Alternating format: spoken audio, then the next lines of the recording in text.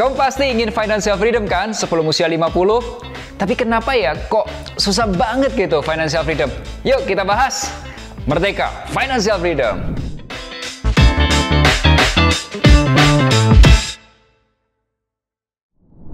Hai guys, merdeka, merdeka, merdeka.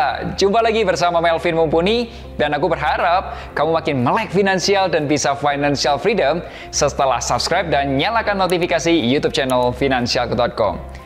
Aku ingin mengucapkan Dirgahayu Indonesia ke-77 tahun. Semoga Indonesia semakin sukses. Amin. Lebih cepat recovery dari COVID. Amin. Dan ekonominya bertumbuh dan terhindar dari resesi.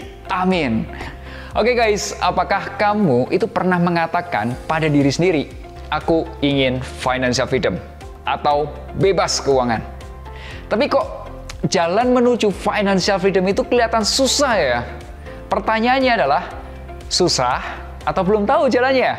Atau kamu sudah tahu jalannya, tapi belum dicoba? Nah, yuk kita bahas. Berapa sih modal financial freedom?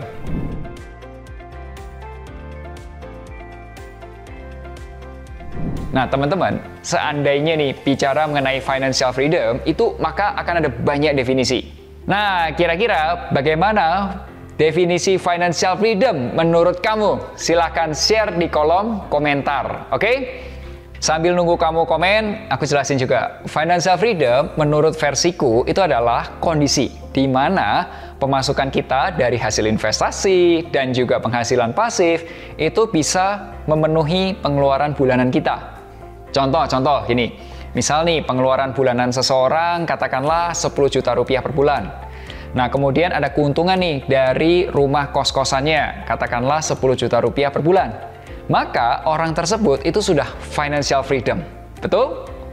Nah, teman-teman, apakah kamu sudah tahu berapa sih modal untuk financial freedom? Yuk, mari kita hitung. Misal nih, seseorang punya pengeluaran bulanan 10 juta rupiah. Jadi, pengeluaran setahunnya sama dengan 120 juta rupiah. Misal, inflasi Indonesia itu 5% per tahun. Kemudian, keuntungan investasinya 10% per tahun. Maka, modalnya adalah 120 juta dibagi 10% kurangi 5%. Kurang lebih 2,4 miliar. Nah, teman-teman, teknik ini namanya present value of perpetuity. Gimana? Udah paham perhitungannya? Kalau sudah paham, tolong kasih like-nya supaya aku tahu kalau teman-teman kalian semua sudah paham dengan perhitungannya. Boleh? Yuk, terus kita bahas nih, tantangan menuju financial freedom. Tantangannya ada dua. Pertama nih ya, gimana nih cara dapetin modal sebesar 2,4 miliar? Nah, yang kedua, ketika modalnya sudah terpenuhi, katakanlah kamu sudah punya 2,4 miliarnya, apakah pengeluaran kamu masih 10 juta rupiah per bulan? Oke, kondisi sekarang itu penghasilan 15 juta rupiah per bulan. Nah, pengeluaran bulanan itu 10 juta rupiah. Katakanlah cuma bisa investasi 5 juta rupiah per bulan. Nah, berapa lama kita bisa mencapai modal 2,4 miliar? Nah, kita hitung nih, jika investasinya cuma 5 juta rupiah per bulan. Asumsinya target investasi itu 12% per tahun. Kita hitung ya, jawabannya adalah 75 tahun. Boom! Gagal financial freedom sebelum usia 50 tahun. Halu banget gak sih? Makanya kalau masih muda itu jangan cuma mau financial freedom, tapi harus tahu juga konsekuensi berat untuk financial freedom. Karena apa? Financial freedom bukan untuk pemalas.